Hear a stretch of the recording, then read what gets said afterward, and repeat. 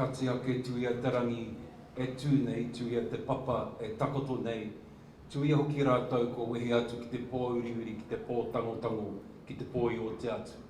A ka tukuna atu rātou kia moe, ka hoki mai ngā rārangi kōrero, me kia kera kia tātou te whatu urupā o rātou mā, no reira Māori ora kia tātou, Māori ora ki te kaupapa.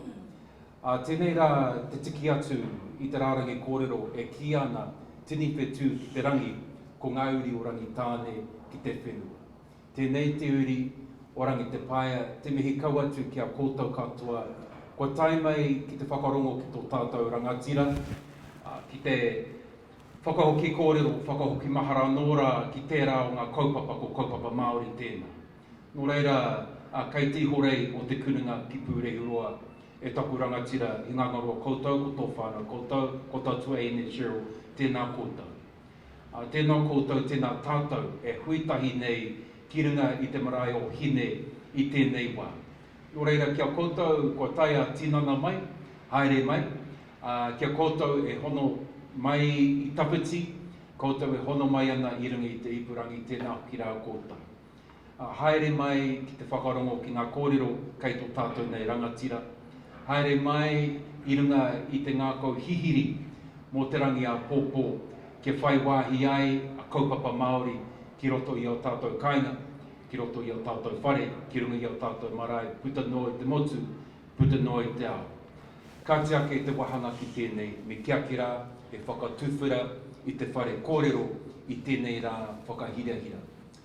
Ka tiki nātu he karakia mō tāne, nā te mea ko tātou rai ene e hui tahi ana pātata ki te marae o hine. Nō reira, whakarongora e tāne, ki te ahurewa, ki te pūkenga, ki te wānanga, ki te taura, ki te tauira. I pūia te take i wenuku, i au werangi. Tēnei ka hoho ki runga ki te tupua, ka hoho ki runga ki te tapito, ka hoho ki runga ki te kāhui o ngāriki. Kia puterai nei tauira ki te whai au, ki te ao marama, whano, hara mai te toki, haumi e, hui e, tai ki e. Ai tēnei wā, ka tukunātu te rākau ki a koe kei te ahorangi, kei te hoa e moha. Ki te whakamārama atu i ngā kōrero kei tō tātou rangatira, nō reira e te ahorangi tēnā koe, tēnā tātou katoa. Kia ora.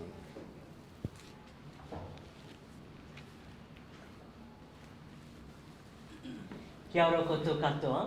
I want to thank Professor Mehana Duri for joining us and for opening with this beautiful karakia.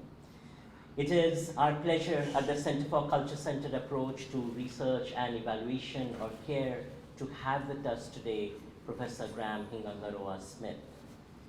At CARE, we have been conversing over the last 2 years or so about the question of activism in academia and what does activism look like in transforming academia. Particularly, we have been with our Activist in Residence program engaging with the question of the incorporation of culture into the neoliberal instruments of the university so that culture has lost its radical potential for transformation. It is within that context that the conversations and dialogues we have had with you, Professor Smith, have been some of the most enlightening and nurturing. For our global audience, because I'm sure our local audience here does not need an introduction to Professor Smith, but I am going to introduce him for our global audience. Distinguished Professor Graham Smith is a prominent Māori educationalist and advocate who has been at the forefront of alternative Māori initiatives in the education field and beyond. Professor Smith has been an influential contributor to the development of what he has described in his writings as the 25-year Māori educational revolution between 1982 and 2007. This period saw the development of a range of alternative educational strategies by Māori communities, beginning with Te Hingangaroa, through the Māori Immersion Elementary School development, Māori secondary schools, and the emerging tertiary option of Whananga. He has had a hands-on approach with respect to his participation and commitment with these initiatives. In fact, often when we chat, you say that the power of your theorizing is evident in the calluses on your hands, and that is such an important invitation for us in academia to really think about the work of activism and what academic work looks like. Professor Smith was the foundation chairperson of the Council for Te Whare Whananga o Awanuirangi Indigenous University in Whakatane. He has also contributed on a broad front to the New Zealand education sector as a whole, remaining as a leading voice in the challenge for the legitimate inclusion of Māori theorizing within the traditional academy. He has led a concentrated effort focused on producing increased number of Māori students at master's and doctoral levels, and his influence in that sense is felt throughout the educational context. He has built a broad-based international network of Indigenous scholars who work with Māori, and his theoretical leadership has informed the emergence of Māori education studies as a distinct entity within the education faculties within New Zealand universities. So for our global audience, here is an Indigenous leader who has informed the way in which we think about, conceptualize Indigenous education in the context of Aotearoa, New Zealand, but in a global context, offering much leadership and fodder for thought in terms of how to organize the university. Professor Smith has made significant contributions to the political, social, economic, and cultural advancement of Indigenous Māori communities within the context of Aotearoa, but also again to the thinking of Indigenous organizing in global contexts. It is with that that I invite you, Professor Smith, to come and deliver your talk. Welcome.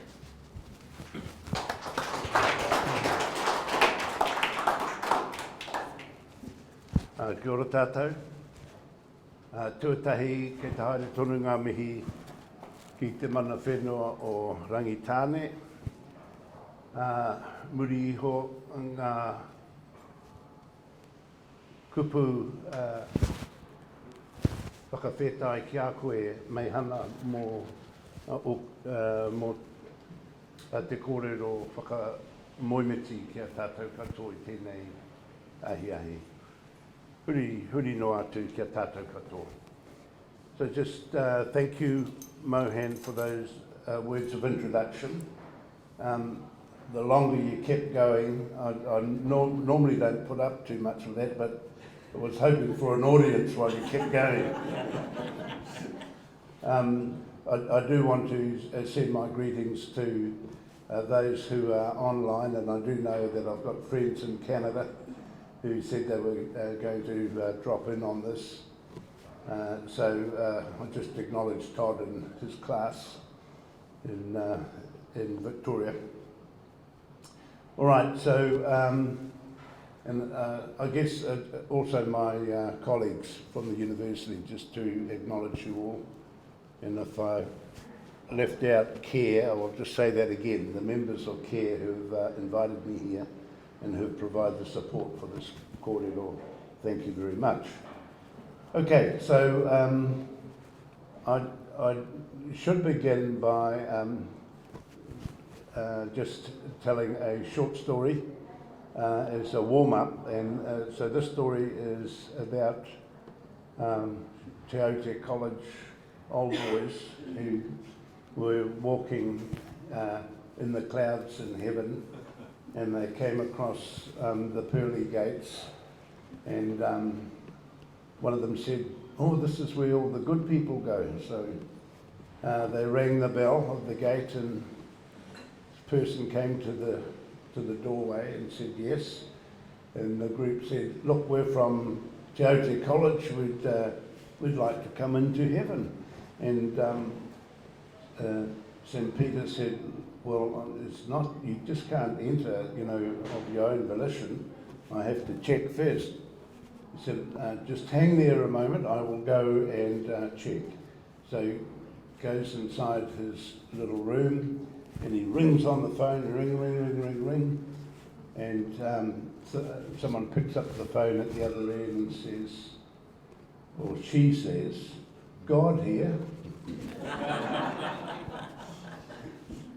And St. Peter says, "Look, we've got this group of Te Aute old boys at the gate here, the pearly gates, and they want to want to come in, and God said, oh, I'm not too sure about that.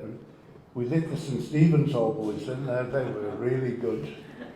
And the St Joe's old girls were touch and go, but these Te Aute old boys, I'm not too sure. I suppose we have to let them in. All right, okay, yep, let them in. So St Peter hangs up the phone, goes back to the gate. Anyway, next minute the phone is going off its hook. And God picks up the phone and says, yes, what? And it said, St Peter was there, and he said, they've gone. And God said, what, those Te Aute boys have gone? And St Peter said, yes, and our pearly gates.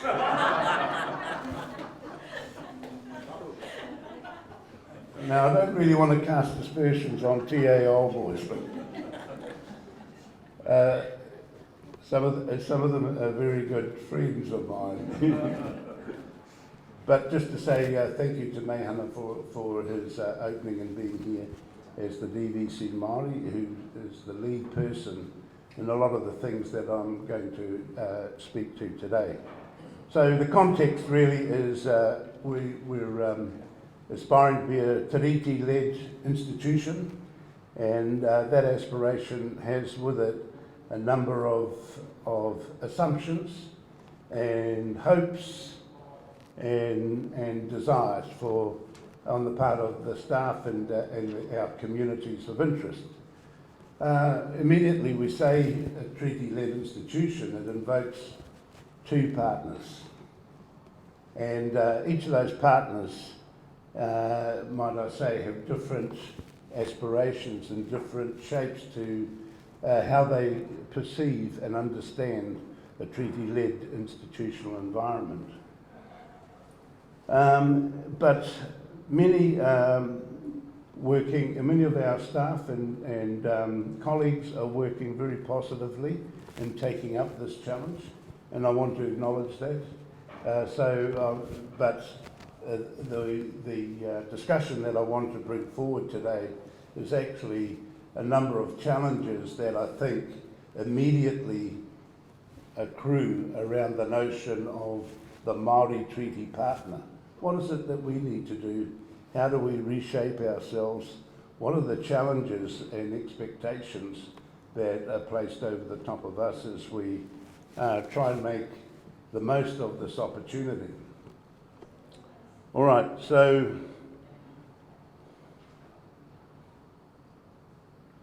I'm speaking to this particular topic around transforming Indigenous education.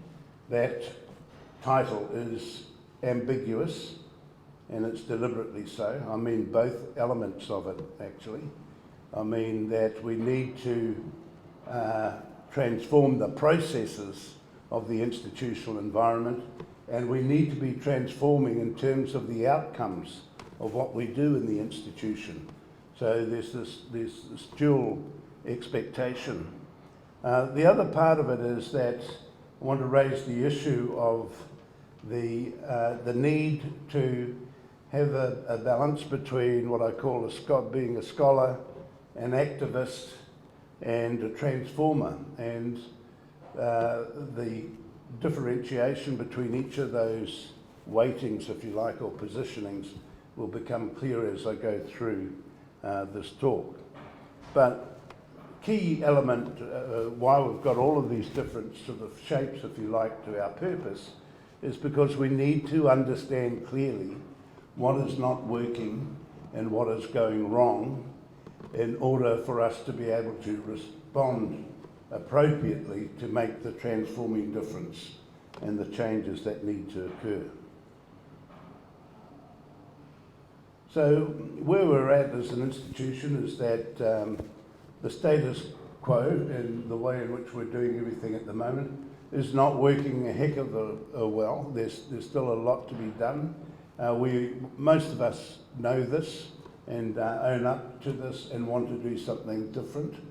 So And for Māori, there's a further expectation that's placed on us by the communities that we purport to serve outside of the institution, who continue to suffer from high and disproportionate levels of socio and economic marginalisation.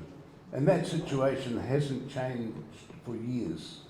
And I guess what I'm saying here, there's an expectation on the public spend in public institutions to start to make inroads to some of these areas of need in our community. So in this bifurcated sort of shaping of a treaty arrangement, if you like, of the treaty partner and the non-Māori treaty partner, the part that's still underdeveloped in terms of our community outreach is our Māori community. So there's some attention that needs to be drawn to that point. So we need to, I think, respond to what I call our outcomes production of our work, that we need to focus on what it is that actually changes as a result of the work that we do inside the Academy that impacts our communities. Knowing, of course, that Māori are not homogenous, that we're not all the same, that there's some who are quite happy with the way things are organised, but the overwhelming feeling is that a lot more can be done and in terms of Māori interests. Right, so key thing for me is we need to find a better balance in our workload between our institutional outputs and our community outcomes. By that I mean that often we're structured by the calling and the expectations of our institutional environment, which are asking us to perform research. How many dollars do you bring into the institution? In terms of our PBRF, numbers of publications and weird and strange and wonderful journals that are not read by any of our audiences, but they count in terms of your PBRF ranking and so on.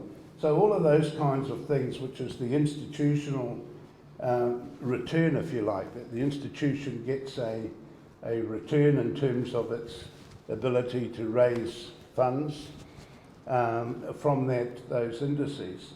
On the other hand, I would say that our community outcomes in terms of the impact that we make in terms of change is not as good, needs more work.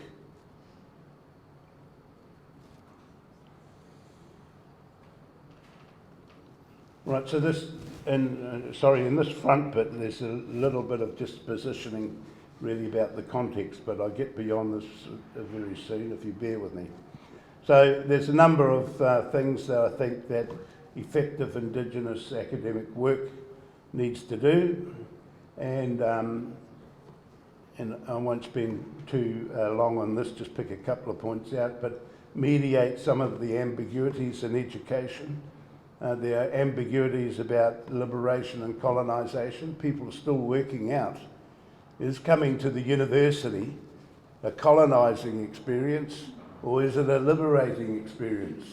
And it's got that duality to it, and we need to be clear about how we mediate that. I'm not saying that we get it right all the time, but we need to understand it and to engage with it. The tension between outputs and outcomes, theorising and practice. Often we get accused of being jacuzzi intellectuals, doing our theorising from Cheryl Smith's jacuzzi.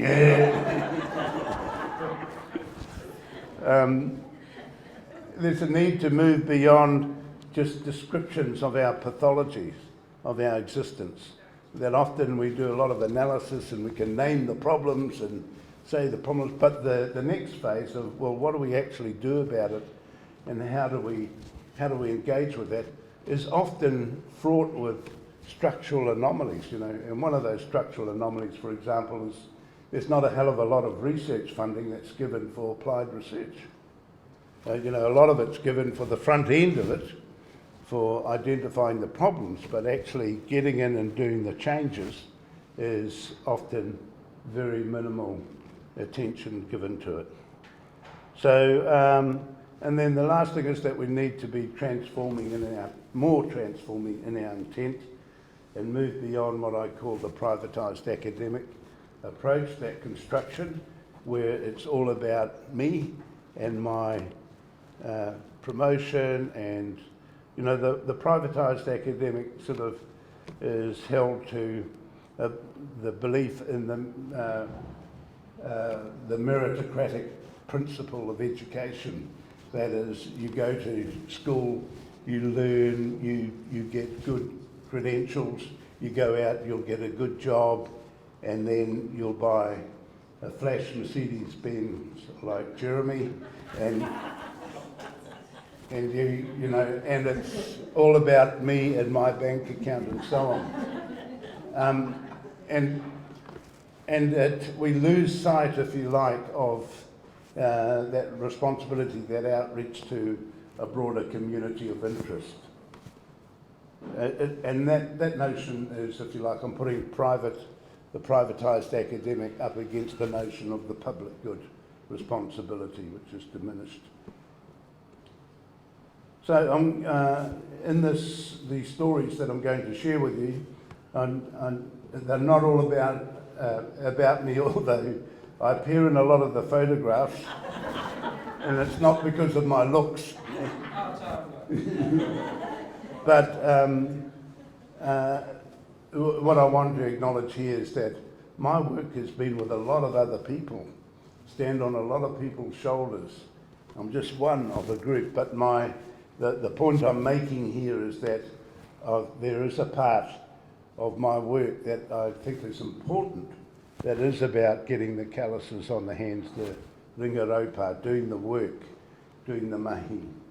And I think, you know, to be fair, in our institution, one of the areas that I think we've made great progress in is some of the structural change around promotions, that again, recognising different forms of contribution, including the ringaropa contribution. So I just want to acknowledge that from our institution, that we're working towards some good things. So I want to begin with positionality, and just locate myself in this trilogy of callings, if you like, of activist, scholar and transformer. I wasn't always would class myself as an activist. When I went to University of Auckland, I was just lucky that all my colleagues, there were about 30 of us at University of Auckland at the time, were all in the Māori club. Colleagues at that time were Sid Jackson, Tamaiti, the who's who of the what I call the transforming world at the time. I came from a private boarding school, and as I alluded to in my early story, we were very good boys from that. And so had to become conscientised, if you like, by rubbing shoulders with my colleagues at that time. So not everyone's born into this, that we come to our activism, conscientisation, if you like, the appropriate mindset by different pathways. Anyway, so at the time in the 1960s, 70s and 80s, I had a pretty long university career as a student. And, you know, there are a number of things that the civil rights movement, the women's movement, Black Power, anti-Vietnam protests, Ngā Tamatoa, Polynesian Black Panthers, the 1981 Springbok Tour. Some of those we were involved in, and some of them we were, our colleagues took the forefront, if you like.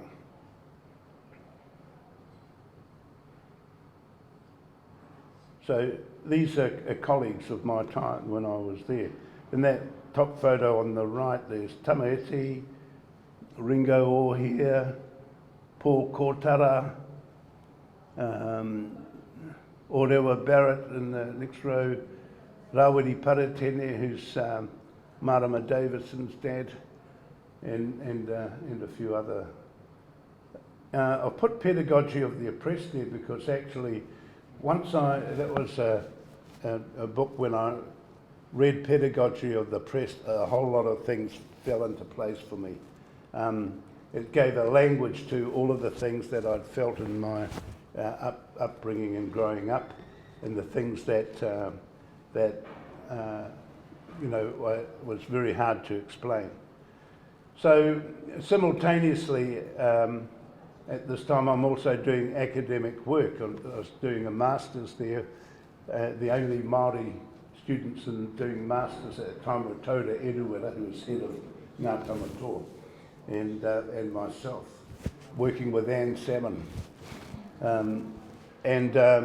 But it called me to read critical theory, because critical theory, following the war, was attempted to try and explain why Mussolini and Hitler and so on were given so much support and so on. So there's a lot of critical work done to unpack a lot of those politics, if you like, and it was shaped as critical theory. So we had a good dosage of that.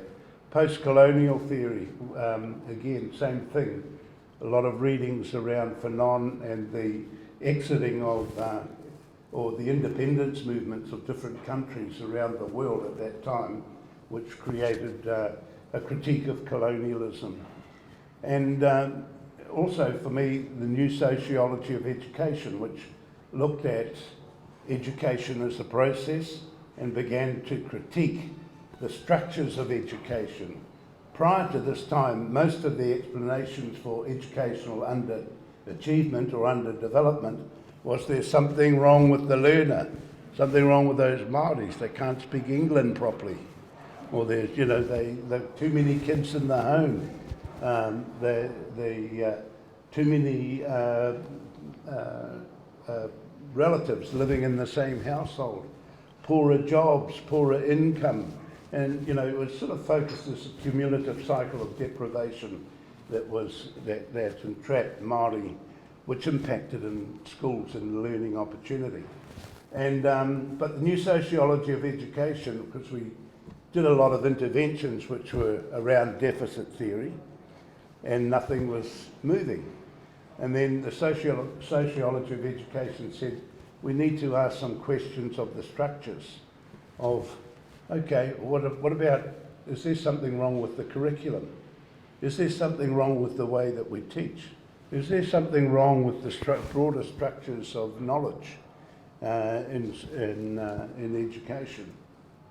And these questions began to unlock some important elements, and also got some movement in the learning domain.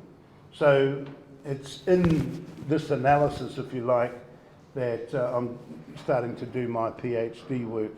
And so my PhD work, which was on Kaupapa Māori, was to bring all of this stuff together and to ask the question, is there a way in which we ourselves can begin to answer some of these questions?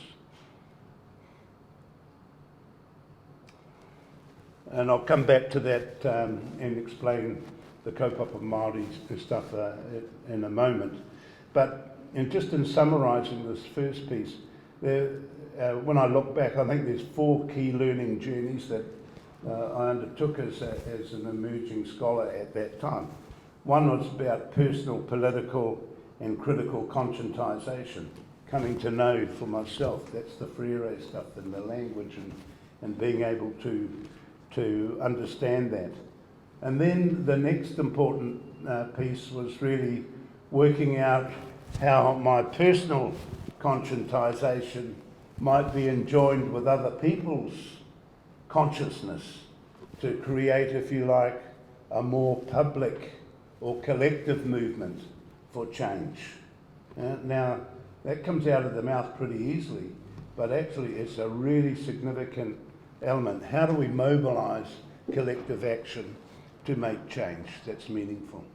And so having to learn how to do that and to begin to participate in movements, if you like, that we're doing that kind of thing. So this, to cut to the quick here, the change really is a shift from conscientisation to transforming outcomes. How your mindset actually links to making the change that's required. The last bit, mind to heart, and you'll notice in all of these the arrows go both ways, so it's not just a sort of a instrumental sort of movement, but that from mind to heart is something I learned from my 8 years in Canada, working with First Nations in Canada, because they kept talking about this. The longest journey is from the heart to the mind, and I was trying to figure that out, what that meant, but I eventually got it. And it really relates to that there's a spiritual and emotional dimension to our work that's important, that we need to get beyond, if you like, a technocratic approach to transforming work.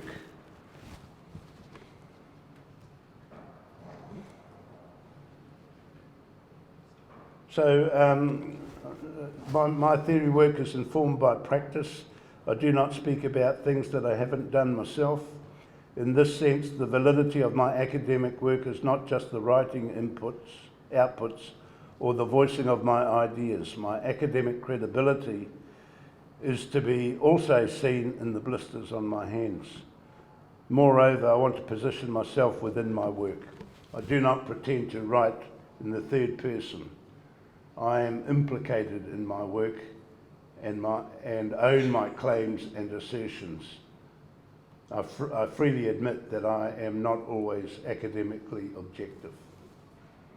And in this sense, I'm exporting, if you like, the responsibility for objectivity and neutrality, not from what I say, but onto the reader. You make the judgment about my work. I often ask my students in the front of their PhD theses to take this as part of their methodology.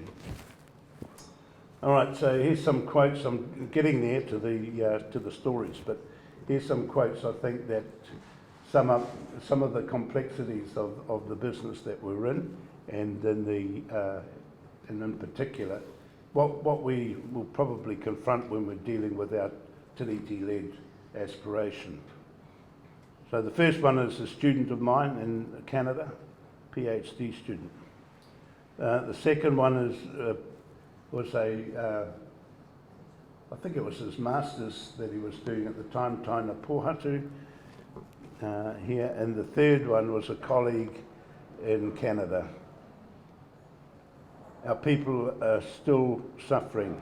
They are ill. Education is our illness and our medicine. All right, so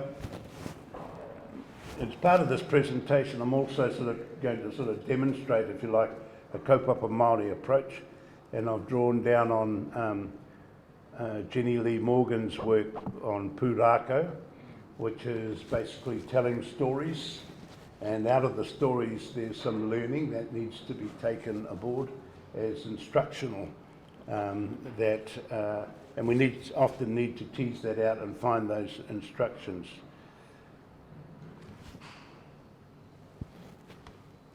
That methodology is linked to Joanne Archibald. So Joanne Archibald worked in my department when I was in Canada, and then Jenny Lee was also a student of ours at the University of Auckland. So I'm sort of linked to both of these scholars. Right, so I'm going to start with just the story A, which was the Kaupapa Māori Revolution. Began with Hingangaroa, quite a bit of mythology around the beginning of Hingangaroa, and one day we'll unlock that more, but for the moment, It was the movement that began with the conference of Kaumata and so on, and got tremendous momentum, sprung up all over the country. That some pictures there from Ngātari, Hingangaroa in Auckland, one in Gisborne, and Awhirenga, Hingangaroa at the Teachers College in Auckland.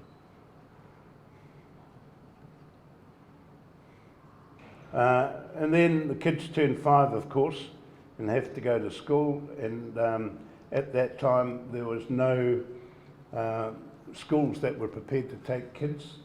And the 2 schools that were doing that were extensions of their kohanga, which was, as it was known then, John Waititi Kura and Ruamata in Rotorua. But they were just an extension of their kohanga. What the Kura Kaupapa Māori movement, which was led by Tuki Nepe and others in Auckland, a group of parents, was to try and change the system to create a schooling type called Kura Kaupapa Māori schools. And there's a subtle difference, if you like, from the 2 parent schools, 2 matua schools, the Waititi and Ruamata. They came on board a little bit later to the political movement to change schooling type. And so these are different aspects of the schools. In Auckland, quite a significant time of growing schools, growing teachers. And so part of my research in my PhD was to look at these schools and to ask parents, why have you made the decision to bail out of the public schooling system and take a risk to go into an alternative schooling? Why have you taken that, had the courage to do that? And that essentially was my research.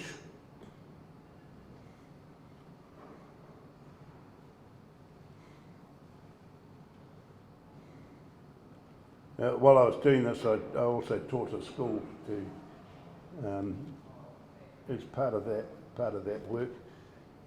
Teacher education, so while we're struggling to keep our teacher education group supported at Massey, in the early days, Heikoko and Whaia, Evelyn Tobin and others were doing the teacher training at Teachers College. And of course there's another one with the Williams whānau in Auckland as well. That photo on the parliamentary steps is changing the Act to include Kura Kaupapa Māori schools in the Act. Right, so through all of this, what I have to say is that the real revolution that occurred in this time was not the wonderful schools and the wonderful different exemplars that we saw. The real revolution that occurred for Māori was up here. It was a shift in what I call mindset, from waiting for things to happen to us to getting up and doing things for ourselves. And to me, that was the major change that occurred. So after looking and asking all these parents why they made their choices, I aggregated their answers into 6 points, and these are the answers that the parents really came to. They wanted more control over the schooling of their kids. They wanted to maintain their cultural nuance, the taonga tuku iho. Culturally preferred ways, they wanted to learn in ways that connected with their home lifestyle, with the values and the things that they were doing in their homes. They wanted that to be an extension of their schooling. One of the most important things is the mediation of the socio-economic impediment. And while at this time everyone was able to say there is these major impediments related to the socio-economics of the family was affecting learning, no one came up with a solution, because the solution is you've got to print some money. And it's just Ruben that's relative said good at that. But the answer from my point of view was actually when we looked at what the whānau, the extended whānau, were doing when they were applying their traditional values of whanaungatanga, there was a mediation, if you like, of the socio-economic impediments. Our ability for reciprocity, to share our meagre resources. When the kids couldn't go on a school trip because they had no money in the whānau, didn't matter. All the kids went on the trip. Funding was found elsewhere. Kids didn't bring kai, didn't matter. All the kai went in the middle, everyone had a kai. All of these things in our traditional values of extended family had what I call a social intervention factor that needed to be mobilised. And that's still there today. I think that's a major element that we need to build our whanaungatanga for that reason. And so whānau ora, in my view, that's the point of, actually, if we look back, that's one of the things that needs to concentrate on, is how we build our traditional values, because inside those traditional values is a social capital that's available to us. Extended, the whānau whanaungatanga collective vision. All right, the last thing is that out of this research, I wanted to change the way we thought about transformation. So most people think about transformation as being an instrumental thing. You go, have a good idea, it annoys you so much, I want to do something about it, and then you make the change. Very instrumental, sort of A to B to C. Only problem with this is when you create a change movement in this way, you create hierarchies. And so, you know, we were saying things like, God, is she on the Kaupapa or what? You know, yeah, or, you know, oh, what about those bilingual schools? They're not as good as the immersion schools. And when you create hierarchies, you create the potential for divide and rule amongst ourselves. And so I wanted to change the model. And so I've got reasons in my research for doing this, but cut to the quick. I rearranged this into a circle, put the arrows going both ways, and what I wanted to say was that I can plot every Māori somewhere in this circle. So it's not about hierarchies. And by that I mean is that, you know, some people are going backwards, some people are standing still, hopefully some people are on their third iteration, and so on. Now the reason why this is important is actually very important for today as we deal in our iwi groups with the notion of post-treaty settlement, divide and rule from competing interests and so on. How do we speak collectively about what it is that we're about, rather than end up in this antagonistic sort of divide and rule competition? And to me the answer is that when you hold a model of transforming, which is different, which says, yep, they might be out of it now, but hopefully they're going to catch it and catch an iteration at some point. But I want to talk collectively about us, all of us, about our iwi, not just about this whānau versus this whānau versus this whānau. And that's one of the important things I think that we need, is a language of inclusivity, of how we can do things. So that's important. Right, 5 tests of the veracity of a kaupapa Māori approach. We don't really need to worry about that until we've done it. But my latest work really has been to say, you know, the claim to doing kaupapa Māori, this is what I would measure against. All right, so now let me start the story. So I'm going to start off with one that connects very much with Massey.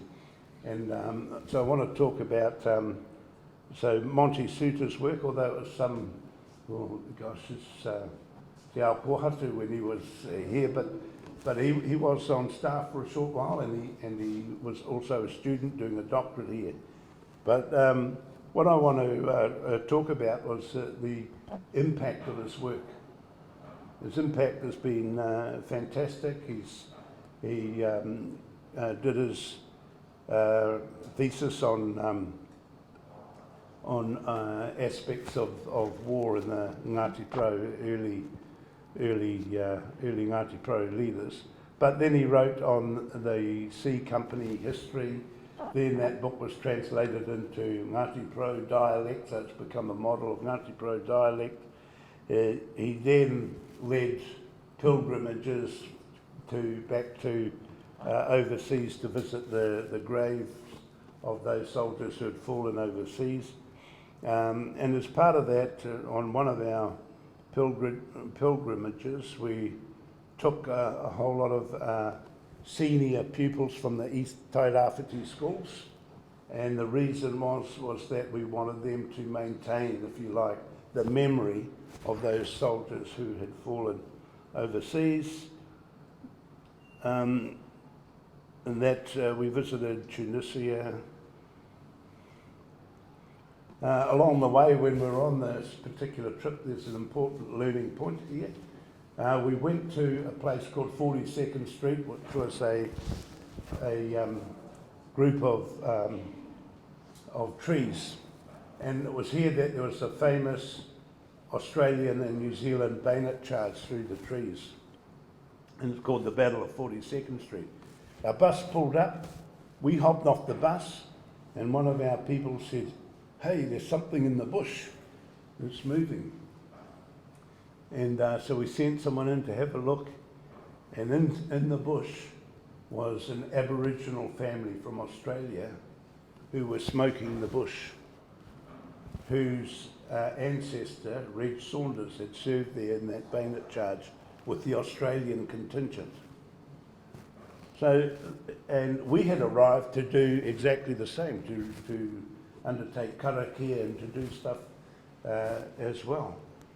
And so the point to me is that, you know, it's pretty clear. Indigenous people still want to be Indigenous. We still need to be Indigenous, and we're still practicing many of our important rituals and so on.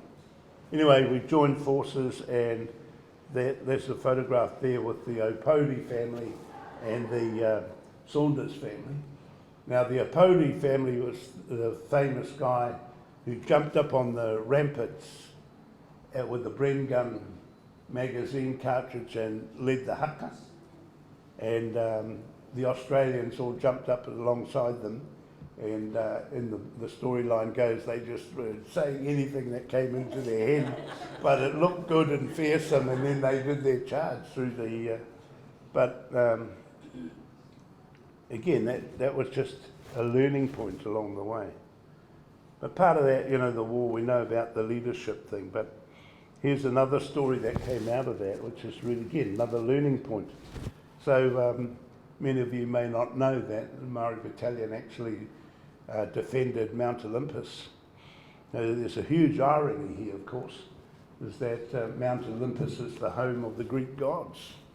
And so, you know, in a sense, the irony for me is here we are still trying to make space for our Indigenous language, knowledge and culture in our institutions, and yet our soldiers gave their lives defending, if you like, one of the bastions of Western knowledge on Mount Olympus.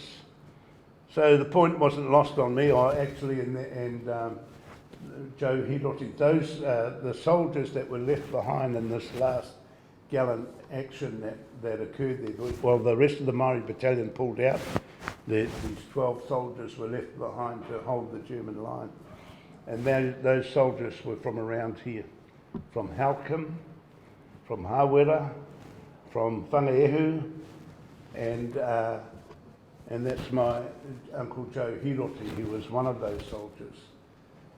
Quite a few of them didn't come back. He was captured and spent time but we saw where that trench line was in the trees, went to visit it. So 4 of us decided we're not going to miss this point, so we hired a helicopter from, we had to go in the town into Katarini to hire a helicopter, and cost us a bit, but we got a helicopter and we flew over the top of Mount Olympus. And I wasn't looking for Aphrodite, as someone said there. But it was just sort of that sense, if you like, of bringing things to sort of a, you know, for me anyway, that sense of irony, unlocking it.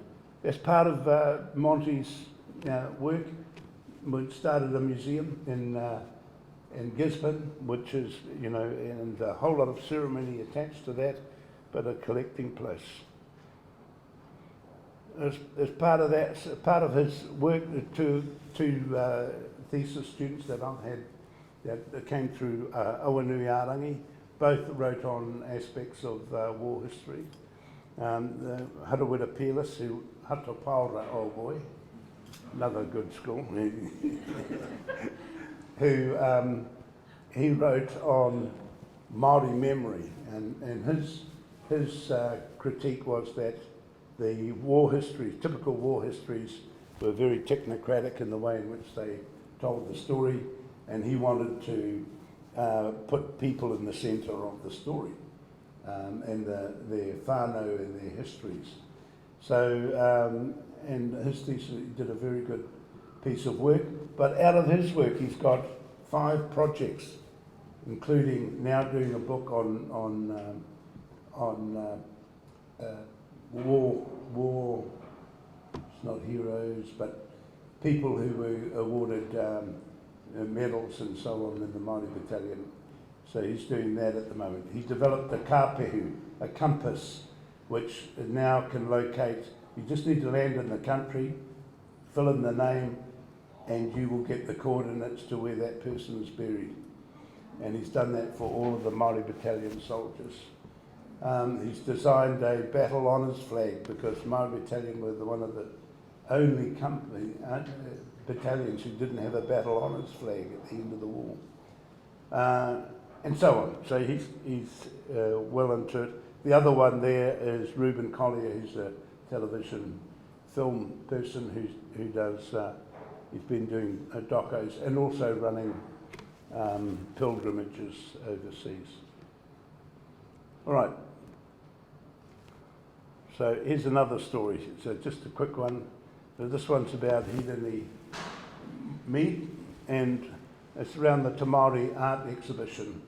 And you know, one of the things that's important about Massey is the calibre of the Māori art program that's here. It has developed over the years and is the leading entity in the country, and has attracted many students. But Hirani Mead developed this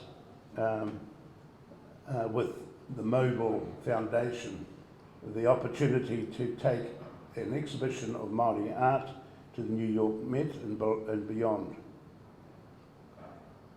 Now, at one stage I gave them a hand to go and visit some of the materials as we were collecting, and so this is Te Kauru o Te Rangi, and where we found that was in the bottom of the Napier Museum, and it was in the basement, was covered over by sacking, it was just shoved in the corner, and there were 3 po. And he asked them to pull it out, they had a look at it, gave the nod, and yes, it became part of the exhibition. And it went away overseas, along with several of the other pieces. Along the way, actually, when the exhibition came back, I was also part of the education team involved with that. But this whole process involved training of docents, or the people looking after the art pieces in the museum. The iwi were involved, and so on. But the key thing is that these pieces went away. They were exhibited in the New York Met and in a couple of other museums. It became the second highest grossing exhibition after Tutankhamun, and held that position for a long time until the Monet exhibition surpassed it. There were people lined up for miles around the New York Met trying to get in to see that. And so what wasn't lost on me is the fact that once were artefacts in the museum, travelled overseas and virtually overnight magically turned from artefacts to objects of art, imbued with all of this monetary sort of equation, to the point that when it came time to send these taonga back, the insurance companies wouldn't allow all of them to travel on the same plane because they had accrued so much value that if the plane crashed, the companies wouldn't be able to afford it.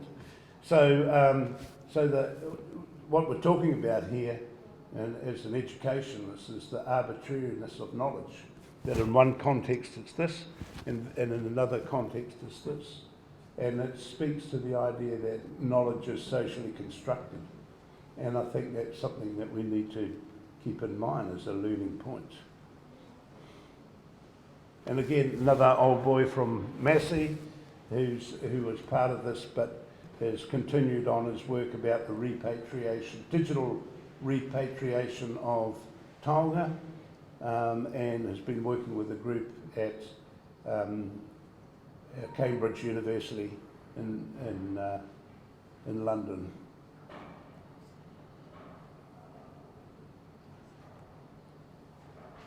How's our time?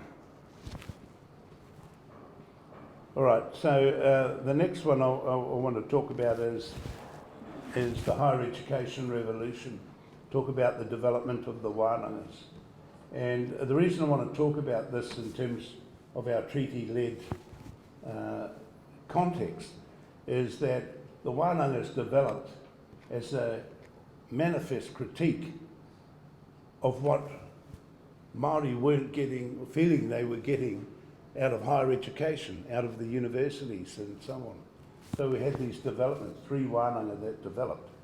And I think it's useful for us as we're trying to reconfigure what it is that we might reshape ourselves as in terms of a treaty-led response, what the wānangas actually have done and where they've gone to. All right, so again, Hirani is involved there. Current CEO is Professor Doherty, Ruben Doherty.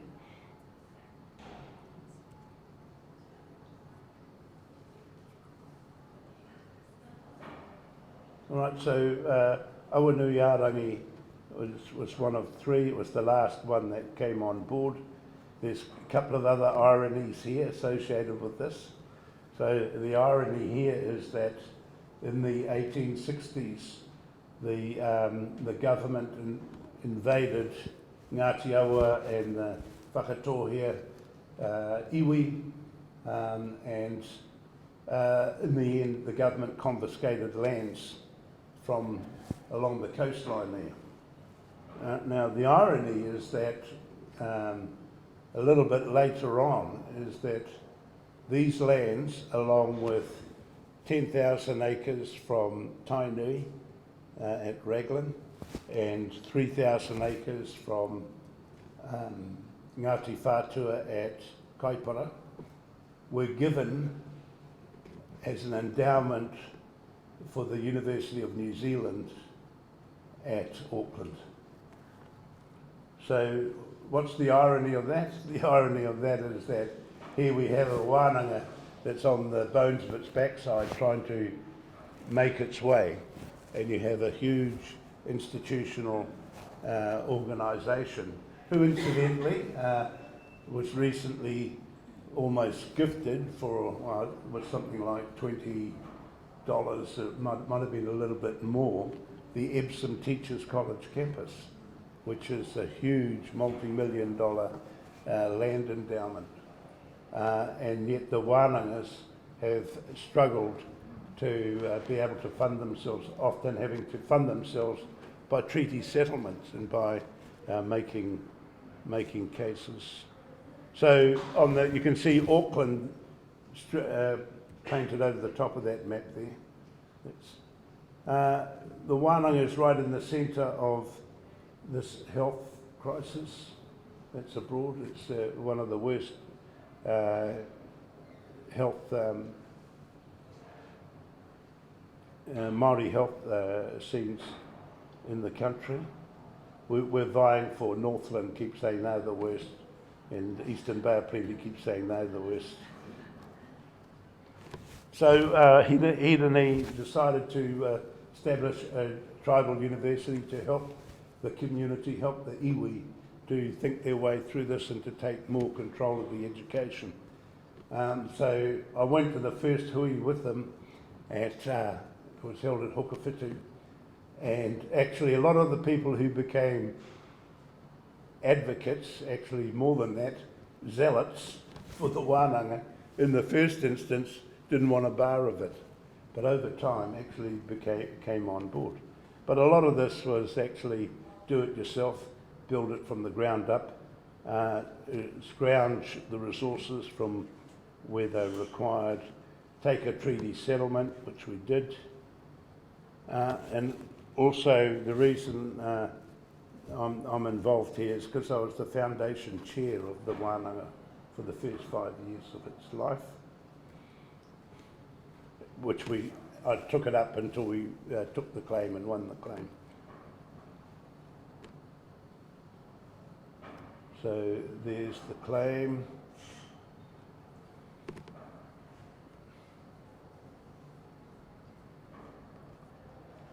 So important thing here, and again the learning point, is the Wānanga is not a set of buildings. It's actually a set of communities of learning, a set of ideas for learning. And I think it's something that we need to think about, you know, as we're playing around with treaty lead.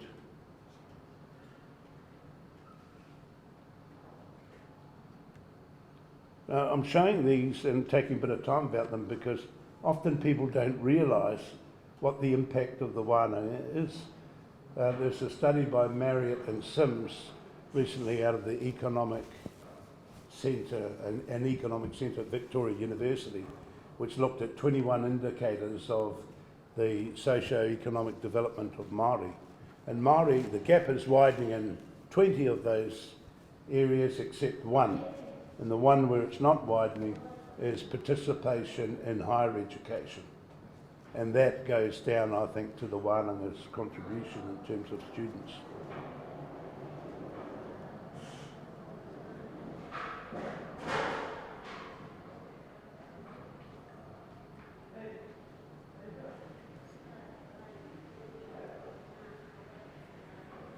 So we're just one.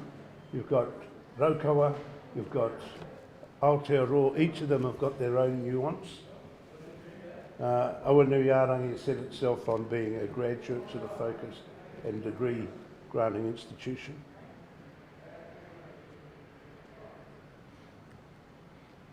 Critical studies is an important part of the work there.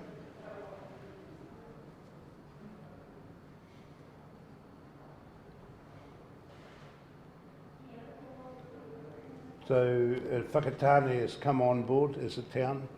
We have our annual parade down the main street. There's lots of people, non-Māori, acknowledging the students.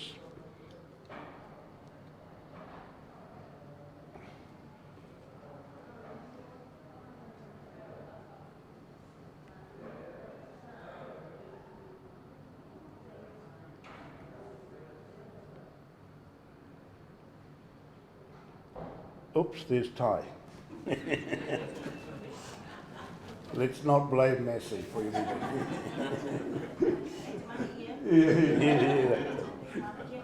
Yeah.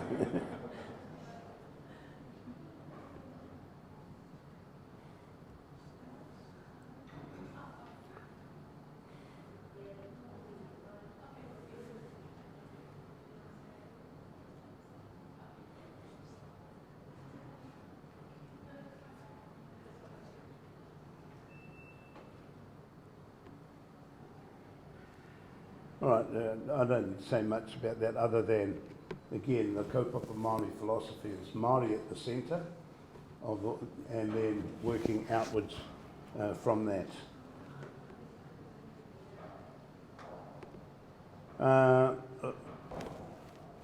5 minutes, how are we going? All right, so I think this is the last one. I took out Micronesia, but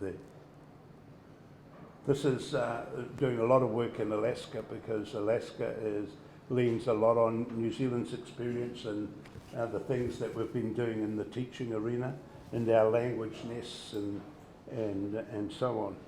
So I spent a lot of time there with the system-wide system. They've got 3 universities, so working out of the main office in Fairbanks with the 3 universities gave me an opportunity to get far and wide across, right up to the North Pole almost.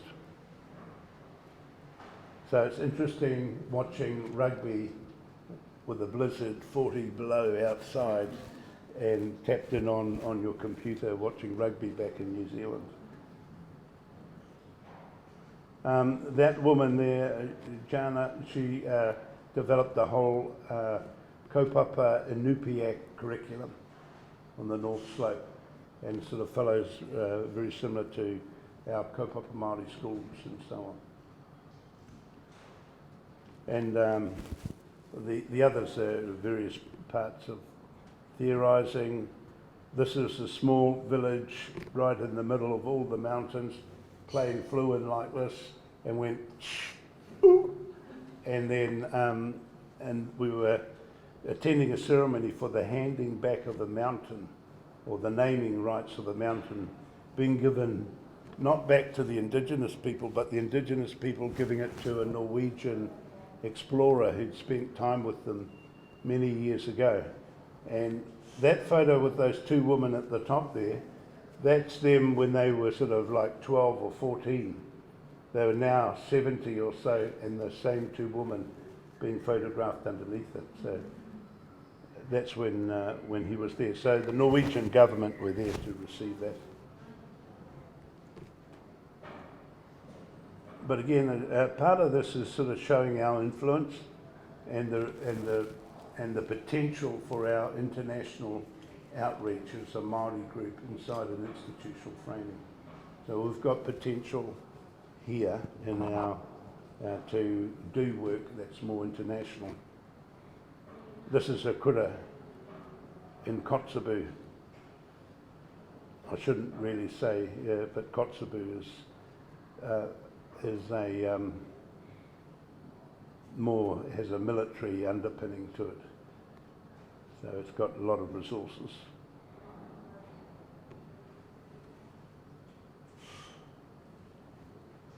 Now, one of the other learning things is that one of the great struggles he took, a person that I showed there, fought for years to get back traditional whaling as part of their lifestyle.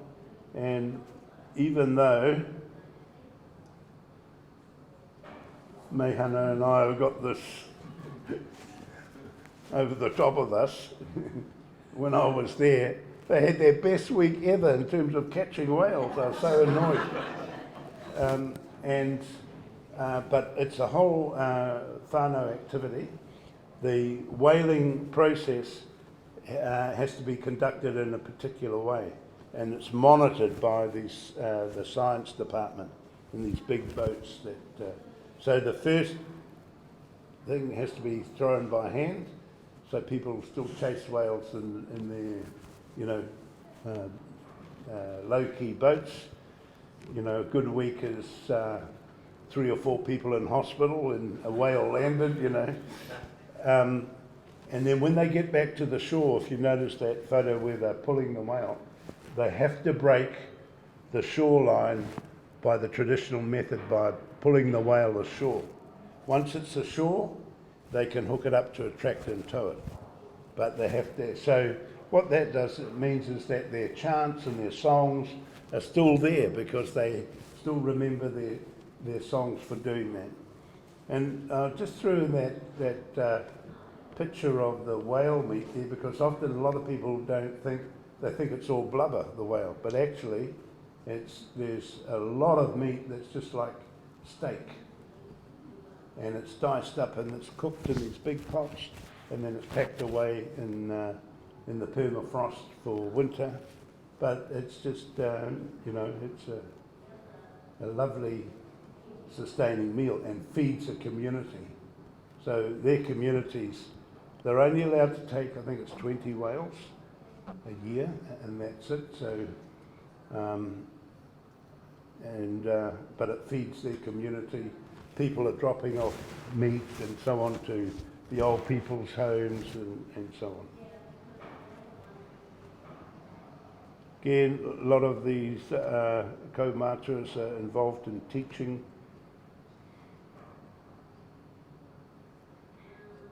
One of the great contributions from Alaska is their cultural standards work done by that gentleman there, Dr. Barnhart.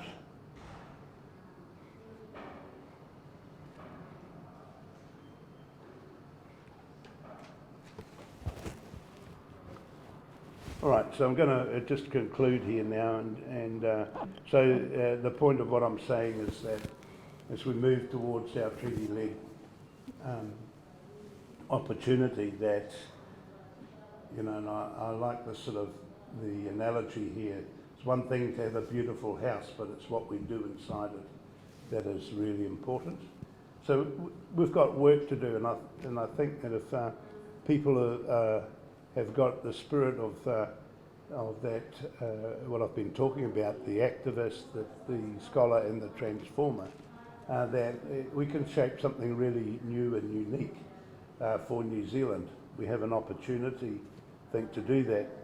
And I think it's important to get behind our DVC, who's taking the lead on this, and to,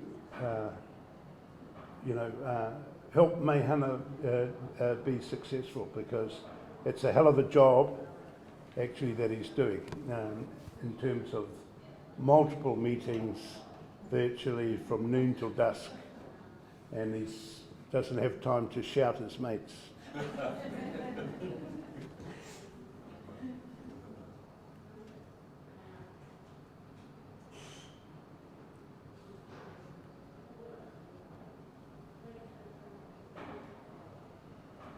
Right, so again, my final comment, so colonisation hasn't gone away, just changed shape, and often those shapes are neoliberal in the way in which that's being formulated.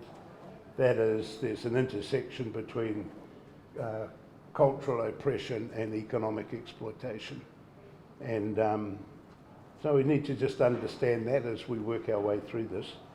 But, four elements that I think that we can do immediately, which is, I think, create the academic connectedness with our community struggles, those that are struggling, because it is conscientising, and that's the point I think I was raising about rubbing shoulders with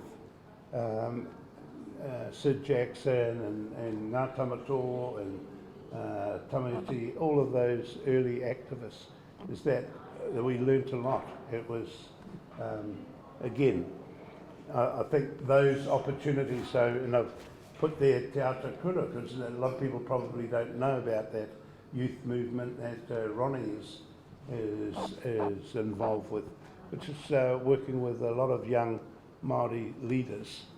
And again, part of that is a conscientisation movement. Uhu Mātau, and that struggle there, that is a conscientising movement about, the living treaty today. The COVID responses from our iwi are all, again, formative sites for transformation. So the other thing is, I think that we need to be more deliberate and intentional about teaching critical studies and particularly in Māori studies. We've talked about that as a possibility moving forward, but I think across the whole of our institution, different disciplines, it can take a different slant around that. But again, it's not the be-all and end-all, but I think it certainly connects with where the treaty partnership idea. And we need to be able to produce students who are useful to our iwi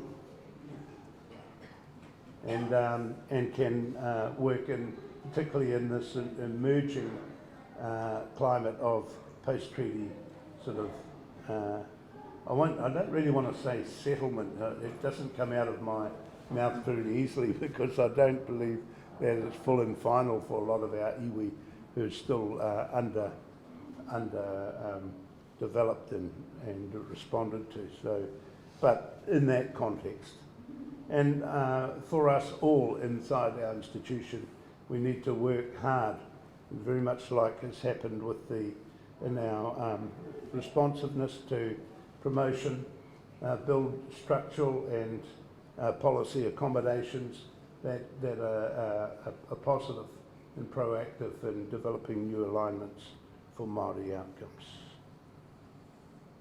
And my final word is, we won't have a sustainable revolution of our social, cultural and economic conditions without a prior or simultaneous education and learning revolution. Kia ora.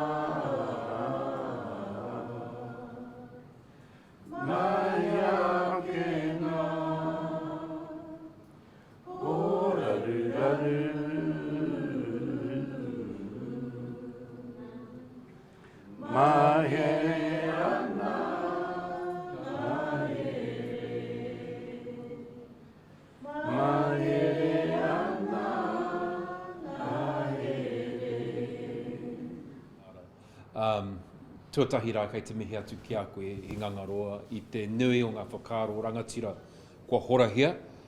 Me kia ke rā i mua i a mātou e honua tapati ana i tēnei rā.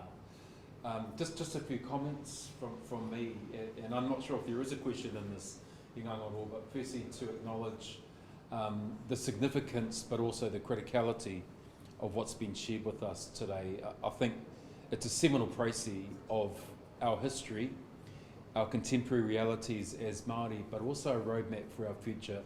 And I think that's what's really important about the presentation. It's so moving to see our tupuna back up on the screen and to see all of the things that they achieved and did in their time, but also the legacy that's been passed on. And I think very much about the work that you've done as an architect of Kaupapa Māori, both as a movement, but also as a way of living and a philosophy. And that's probably my question to you today, in terms of education and looking ahead, and in reflecting on what I think is probably the imposition of a Victorian age education system that's rooted in the industrial era, acknowledging the role that Kaupapa Māori has played in transcending that. What do you think the future looks like for these ones who are now coming into an age where Kaupapa Māori is normalised as part of both a system and a way of living. What do you think the future holds for these mokopuna and tamariki, some of whom are here today? Kia ora. Kia ora. Well, first of all, can I say that the profound change that has occurred is that it is now possible, if you did a bit of dancing, to do an education totally in te reo Māori all the way through to a PhD, and which is something very new. So I think, for my part, again, picking up on the point that Māori are not homogenous in terms of what they might desire and where they're at, is that what we want to have is some excellent options in different pathways. And, you know, if not my idea, but the neoliberal said let the market decide. If that's the case, then you know, we have lots of people who actually are still unsatisfied with the options that they have in front of them, and would like more of a, if you like, a Māori option that reflects their interests, their lifestyles, their backgrounds, and where their iwi are at the moment. So.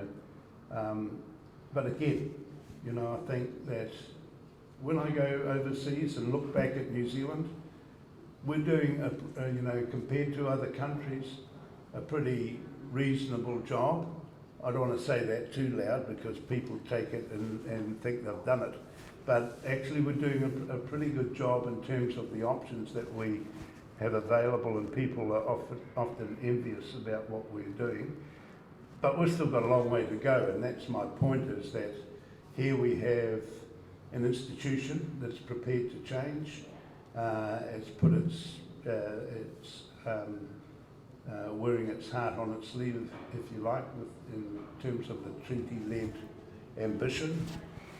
I think, you know, we're not going to get everything straight away, and it's not going to be, but I think it's a great utopian vision to build towards, if I can put it that way. And I think that's important. Any other questions?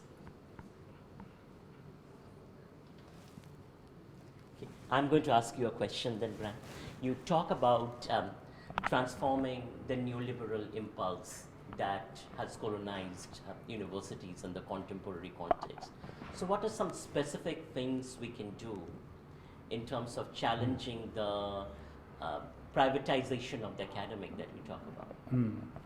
So, you know, I think immediately that we need to somehow reform the idea that the individual is paramount. It's all about individual freedoms and individual rights, because Māori, whether we like it or not, belong to whānau, belong to hapu, iwi. They're collective entities, so we have, if you like, collective responsibilities. We're not a, if you like, an entity unto ourselves.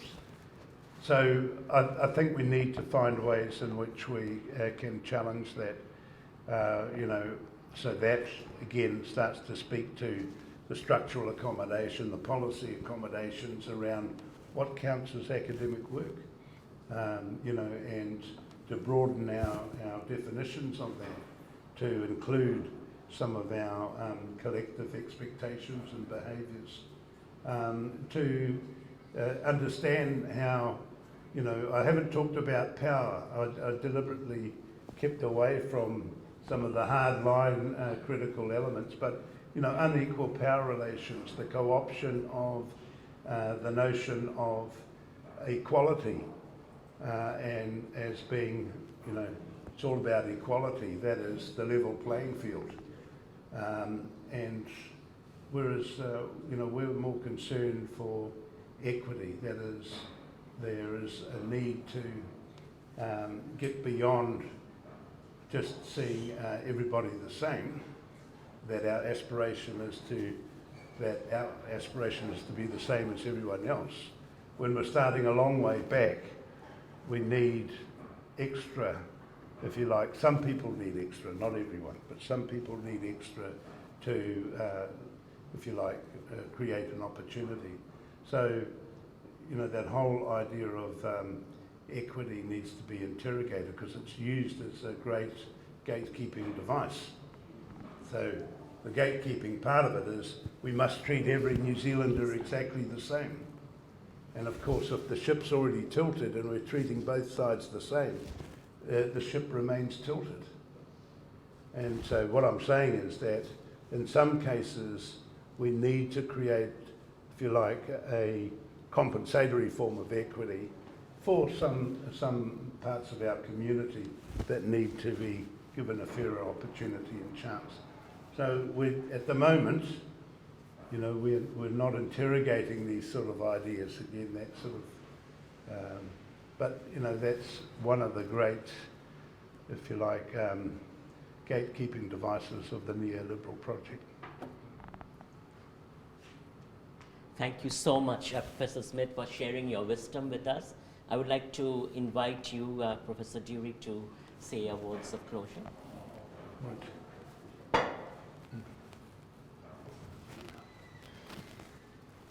Ka tiake, I uera I te whakakapunga ka puno rā ngā mihi kia koe i Hingangaroa. I te rangatiro ngā kōrero me ngā whakaro. Me ki pēnei au e whare wānanga mō tātou katoa i tēnei rā. Nō reira, kia tau mai ngā manaakitanga ki runga ki tēnā o tātou. Ke mahi ake te huama kihikihi, ke toi te reo, ke toi te mana Māori motu hake, ko rangi nui e tūnei ko papa tuanuku e hora nei, turuturu ofuti whakamaua kia tēnā, haumi e, hui e, Tai ki e. Kia ora tātou. Kia ora.